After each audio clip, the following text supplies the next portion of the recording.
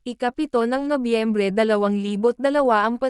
sa Kapamilya Channel, isang sikat na artista na nagngangalang Vice Ganda ay inaming nairita sa kanyang katrabaho na isang sikat rin na artista siya ay si Kim Chu. Banggit ni Vice, "Hindi ko alam kung bakit nag-init ulo ko, hindi ko na siya maintindihan, siguro napuno na lang ako sa niya." Lubos naman ang paghihingi ng tawad ni Kim dahil ang akala niya ay nagbibiroan lamang yung dalawa, siguro kasi ay may pinagdadaanan lang si Vice kaya mainit yung ulo na banggit nito na, "Sorry meme Vice, alam ko enman po na sumusobra na ako, pasensya na meme." Banggit naman ni Vice na paenya na rin, dahil di umno kaya mainit ang ulo nito dahil sa nakaraang pag-init ng social media sa niya at ng kanyang kasintahan na si Ayon Perez dahil sa umanong isyu nila.